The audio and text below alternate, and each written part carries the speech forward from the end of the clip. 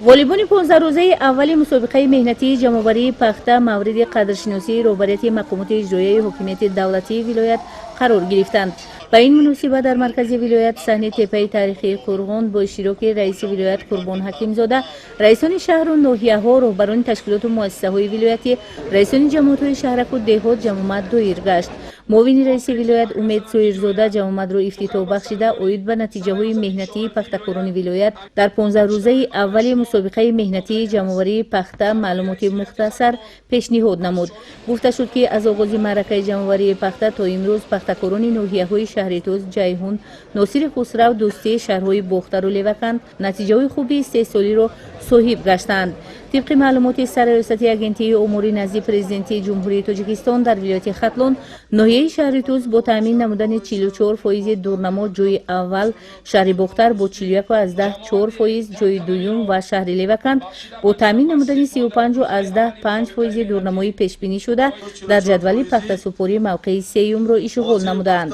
در وضعیت خاطرماند به غالبان معرکه جمع‌آوری پخته در 15 روزه اولی مسابقه مهنتی ناحیه شهرتوز 15,000 سومانی، شهر باختر 10,000 سومانی و شهر لیوکند 5,000 سومانیگی مکافات پولی مقامات اجرایی حکومت دولتی ولایت سپرده شد.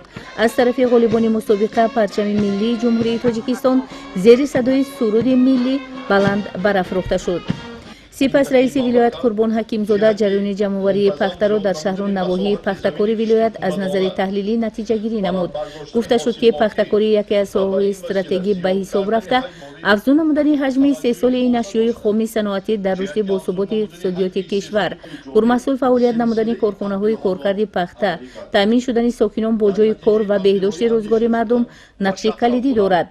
این است که روبرویت سطح عالی مملکت با مقصد تامین رشد ساحه تدبیرهای ضروری را روی کار می‌آورد و همساله میدان کشت پخته وسیع و استحصال آن زیاد کرده می شود. مقامات اجرایی حکومت دولتی ولایت نیز با مقصد رشد ساحه، افزون نمودن حجم استحصال پخته، سلسله تدبیرها را عملی نموده است که در نتیجه در ولایت دورنمای کشت و پرورش پخته بر زیاد تامین گردیده است. قدرشناسی دلاوران صحرا غالبان مسابقه جمع‌آوری پخته بین شهر و ناحیه‌ها از جمله اقدام‌هایی است که با مقصد تامین نمودن هوسمندی کشاورزان وسعت بخشیدن معرکه جمع‌آوری پخته روی کار آورده می شود. نتیجه های 3 ساله شهر و ناحیه‌های پختکار در ظرف 15 روزه اول جنب است و غالبان مورد قدرشناسی قرار می گیرند. رئیس ولایت ابراز داشت که در صحرا حاصل خوب است و لازم می آید که فرصت را از دست نداده در بی‌تلف جمع‌آوری شدن حاصل موجوده تدبیرهای علاوه‌ای اندیشیده شود. سهم ناحیه‌های شهرتوز، کوشانیان، دوستی، جیهون، قبادیان و شهر باختر را در وسط گرفتن معرکه جمع‌آوری پخته ارزنده حسابیده غالبان 15 روزه اول مسابقه مهنتی جمع‌آوری پخته را بار دیگر تبریک گفت.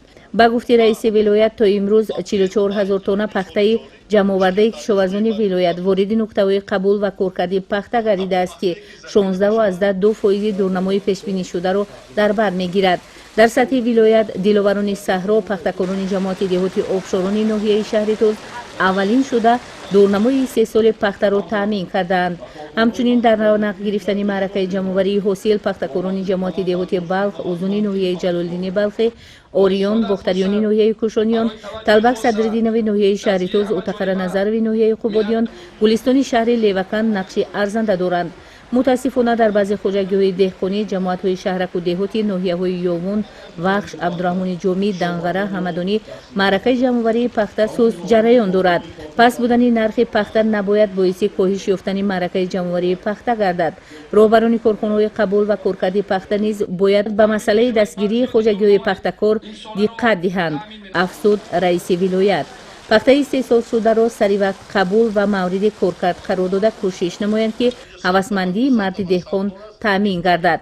با این مقصد رئیسان شهر و ناحیه‌های پختکار، جماعت‌های شهرک و دهات، خواجگی‌های دهقانی باید به مسئله سفربرسازی اهالی به معرکه جمع‌آوری پخته دقت ضروری روانه سازند. با مقصد وسعت بخشیدن معرکه جمع‌آوری پخته با پیشنهاد رئیس ولایت 60 روز مهنت ضربدار اعلام کرده شد. گفته شد که من بعد در ظرف هر یک 15 روز غالبان معرکه جمع‌آوری پخته مورد قدرشناسی قرار می‌گیرند و در جنبه 3 سال غالب مسابقه بین شهر و ناحیه‌های پختکار با تحفه ارزشمند автомашини сабукрав қадр карда мешавад.